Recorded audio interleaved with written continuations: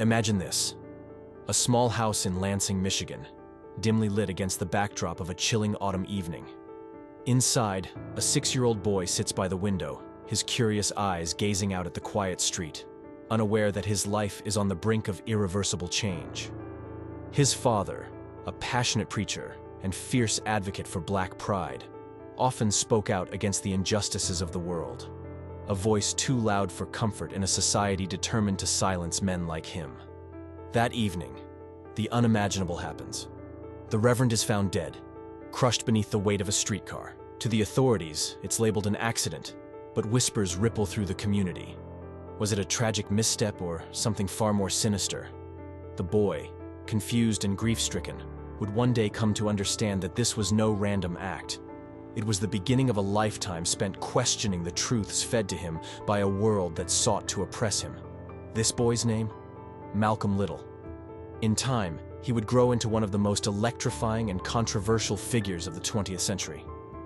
But, at this moment, he's simply a child. His world shattered, his family left to grapple with devastating poverty, and his mother forced to find meals where none seemed possible. Malcolm's journey from this heartbreaking start to becoming the iconic Malcolm X is a story of relentless transformation, personal evolution, and an unyielding fight for justice. His legacy is not just one of resistance, but of rebirth, a man who continuously reinvented himself, challenging the status quo at every step. This isn't just the story of Malcolm X. It's a story about the power of change, the courage to defy the odds, and the price of standing for what you believe in. Stay with us as we delve into the life, struggles, and triumphs of one of history's most compelling figures. A journey that will leave you inspired, questioning, and perhaps even transforming yourself. Born on May 19, 1925, in Omaha, Nebraska, Malcolm Little entered a world fraught with struggle, prejudice, and systemic oppression. His father, Earl Little, was a Baptist preacher and a follower of Marcus Garvey, a powerful Black nationalist leader who championed self-reliance and pride within the African diaspora. Earl's fiery sermons calling for Black empowerment made him a target in a society unwilling to see its racial hierarchies challenged. The Little family's home became a focal point of tension, and death threats from the Ku Klux Klan were a grim reality they faced regularly. Seeking safety, the family moved to Lansing, Michigan, but peace was elusive. In 1931, when Malcolm was just 6 years old, his father was killed under suspicious circumstances, struck by a streetcar. Official reports claimed it was an accident, but the family and local community suspected foul play, a targeted act orchestrated to silence Earl's defiant voice. This devastating loss sent shockwaves through the Little household, leaving them not only emotionally shattered, but financially destitute. Malcolm's mother, Louise, bore the weight of this grief, while trying to keep her family afloat. Yet society's relentless pressure took its toll. Louise was eventually committed to a mental institution in 1939, leaving Malcolm and his siblings to fend for themselves, separated and placed in foster care. Malcolm learned early on that life was neither fair nor forgiving. The cozy ideals of family, security, and innocence crumbled before his very eyes. But life is unpredictable, and history is full of extraordinary transformations.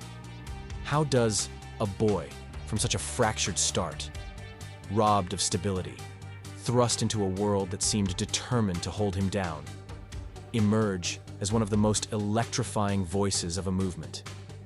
How does a child, shaped by tragedy and rejection, find the strength to defy the system that tried to crush him? This journey from hardship to prominence is not just about resilience.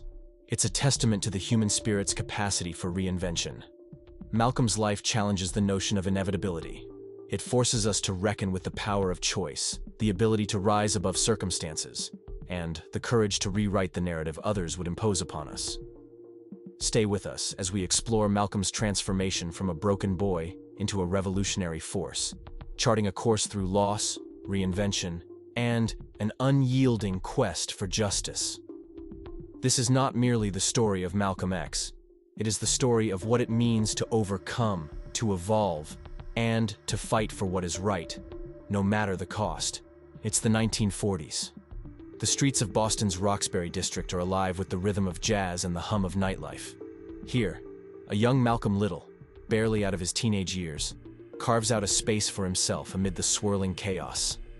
The city offers escape, a chance to reinvent himself, to shed the pain of his fractured childhood. In this world, Malcolm becomes Detroit Red, a nickname inspired by the reddish tint of his hair and his smooth-talking persona. The transition was stark. Gone was the bright boy who once dreamed of becoming a lawyer, a dream dismissed by a teacher who told him that a Negro should aim for carpentry instead. That moment marked the start of Malcolm's disillusionment with a system designed to limit his aspirations.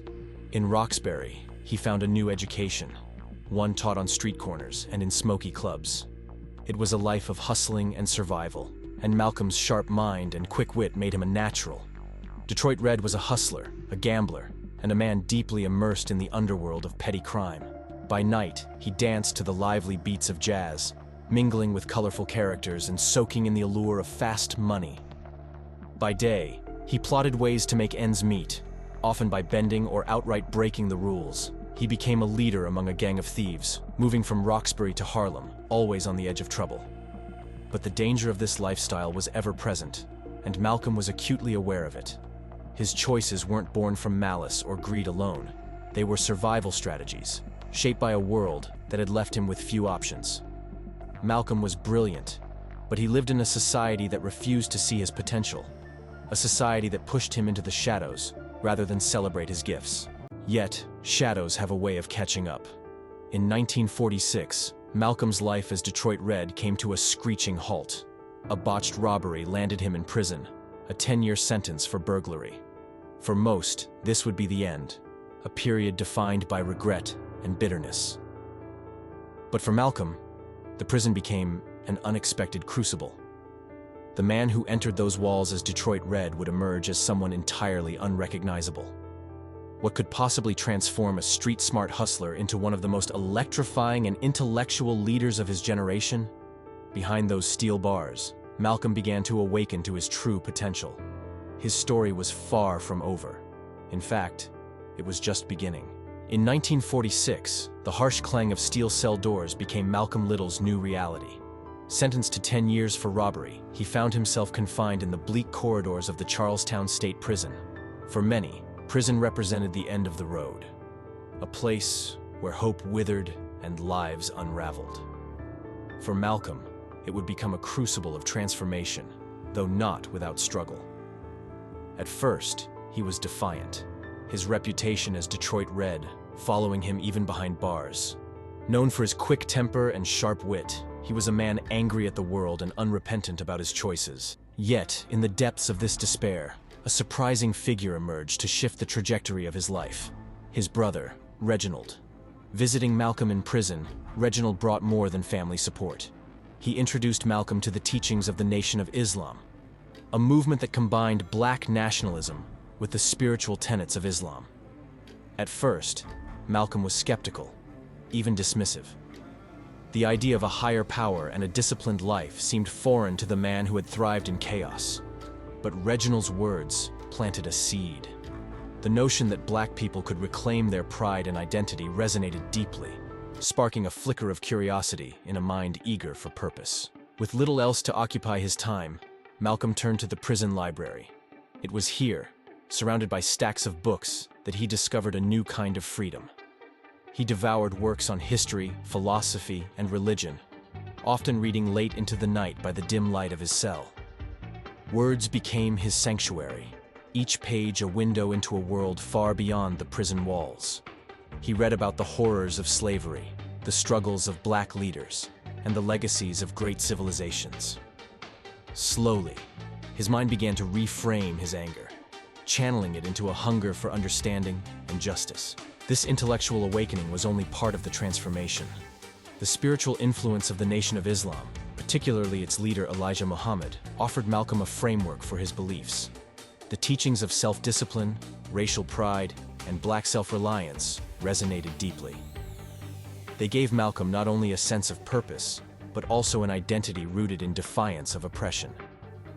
In line with Nation of Islam tradition, Malcolm replaced his surname, Little, with X. The X represented the unknown, a rejection of the name given to his family by white slaveholders and a symbol of his lost African heritage. This act was more than symbolic. It was a reclamation of dignity and an assertion of autonomy in a world that had stripped so much from him. The man who once prowled the streets as Detroit Red was gone. In his place was a man on a mission. A man who had found power not in hustle or deception, but in knowledge and faith. Yet, the journey was far from over. What lay ahead would test Malcolm in ways he could never imagine, as his newfound purpose collided with the harsh realities of a racially divided America.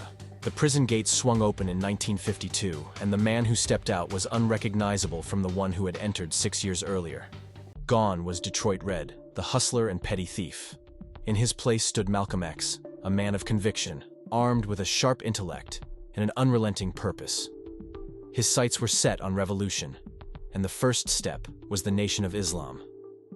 Upon his release, Malcolm traveled to Chicago to meet Elijah Muhammad, the leader of the Nation of Islam, and a figure who had profoundly influenced him during his incarceration. Their meeting was a moment of profound connection. Elijah Muhammad saw in Malcolm an extraordinary potential, and Malcolm found in Muhammad a mentor who articulated the frustrations of Black America in ways few others could. Malcolm threw himself into the nation's mission with unparalleled fervor. Within months, he had risen through the ranks to become one of its most dynamic and visible leaders. His charisma and passion were undeniable, and his speeches electrified audiences. In city after city, New York, Boston, Philadelphia, Malcolm established temples, spreading the nation's message of racial pride, Black self-reliance, and separation from a society that had systematically oppressed African Americans. Malcolm's words were a rallying cry for a people weary of waiting. While mainstream civil rights leaders like Martin Luther King Jr. championed integration and nonviolence, Malcolm offered a radically different vision. He denounced the slow pace of change and rejected the idea that the oppressed should endure suffering to appeal to the morality of their oppressors. By any means necessary, he declared, encapsulating a philosophy that advocated for self-defense and active resistance against injustice. His message resonated deeply with many African Americans, particularly those who felt disillusioned by the incremental progress of the civil rights movement. In Malcolm's fiery rhetoric, they found validation for their anger and a call to action. He spoke of Black identity, dignity, and independence in a way that struck at the very core of the African American experience. He argued that the struggle was not just for civil rights, but for human rights. A fundamental shift in framing that challenged the nation's conscience on a global scale. But as Malcolm's fame grew, so did the scrutiny. His unapologetic critiques of systemic racism, white supremacy, and even the strategies of civil rights icons like Martin Luther King Jr. made him a polarizing figure. To some, he was a visionary, a revolutionary who refused to sugarcoat the brutal realities of Black life in America. To others, he was a dangerous radical. His calls for Black empowerment were interpreted as threats to the status quo. The media often painted him as a figure of controversy. But Malcolm was undeterred. He used every platform available to amplify his message, whether speaking on the streets of Harlem, addressing universities, or debating opponents on national television. His intellect, sharp wit, and commanding presence left audiences riveted, whether they agreed with him or not. Yet, Malcolm's rise was not without challenges. His relationship with the Nation of Islam became increasingly strained as he began to question its leadership and direction.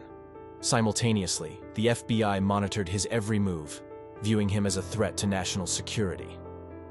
Malcolm was aware of the risks, but remained steadfast. He knew the stakes were high, but the cause was greater than any personal fear. By the early 1960s, Malcolm X had become more than a spokesman for the Nation of Islam. He was a symbol of a burgeoning Black consciousness movement, a man who embodied the rage, hope, and determination of a generation unwilling to accept anything less than liberation. But his journey was far from over. The challenges ahead would test his beliefs, his alliances, and his very life, leading to the most pivotal chapter of his remarkable story. By 1963, the foundation of Malcolm X's relationship with the Nation of Islam was beginning to crack under the weight of disillusionment and mistrust. For years, he had been the movement's most visible and dynamic leader, dedicating himself wholly to its mission of Black empowerment and self-reliance. But behind the scenes, Malcolm was grappling with disturbing revelations.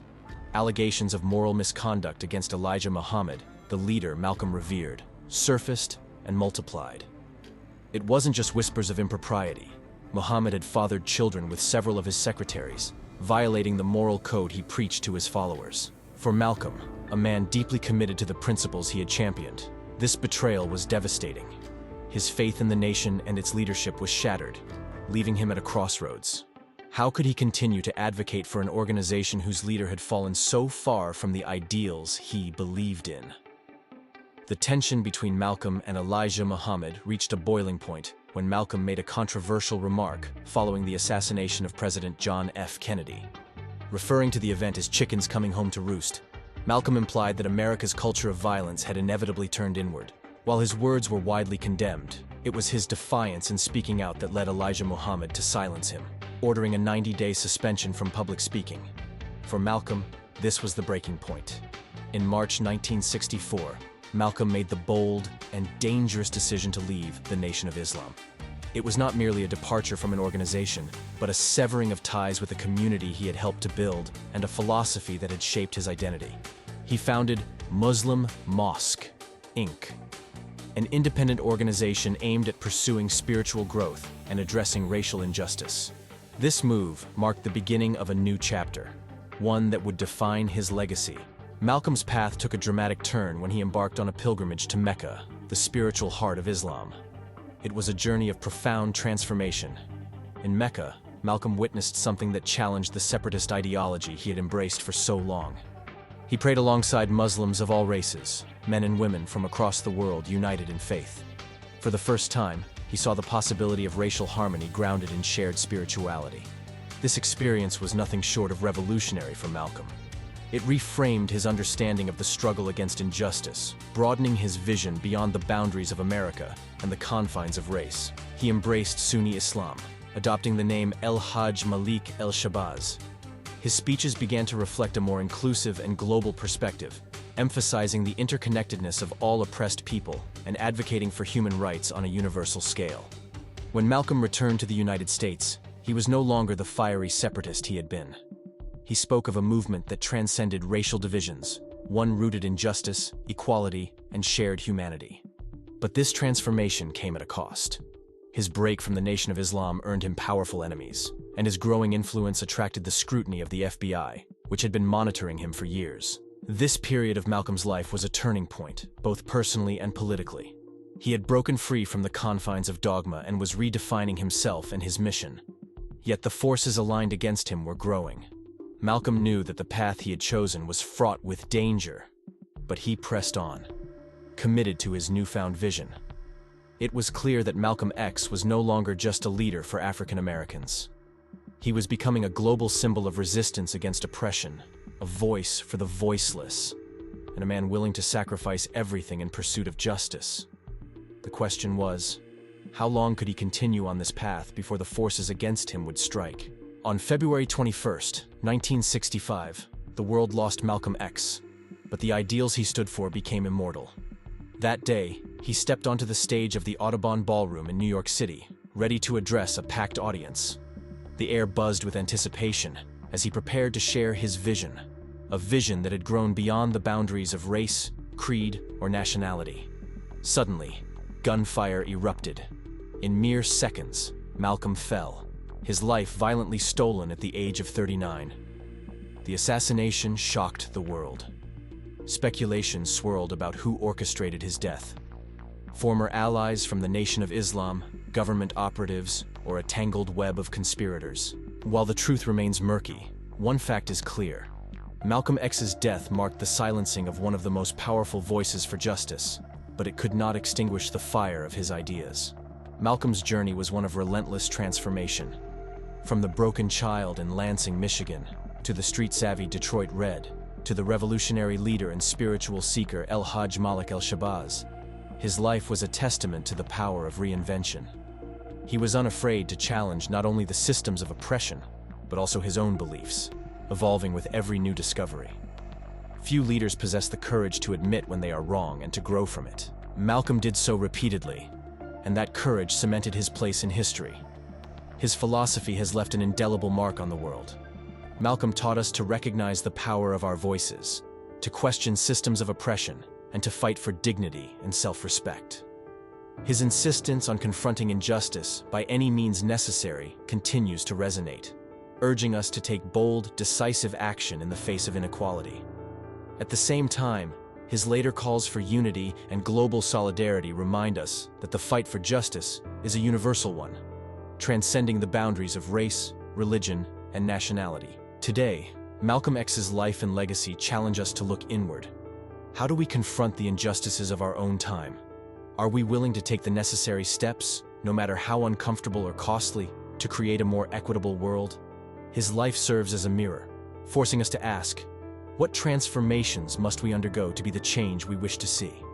Malcolm X understood that change often comes at a great personal cost.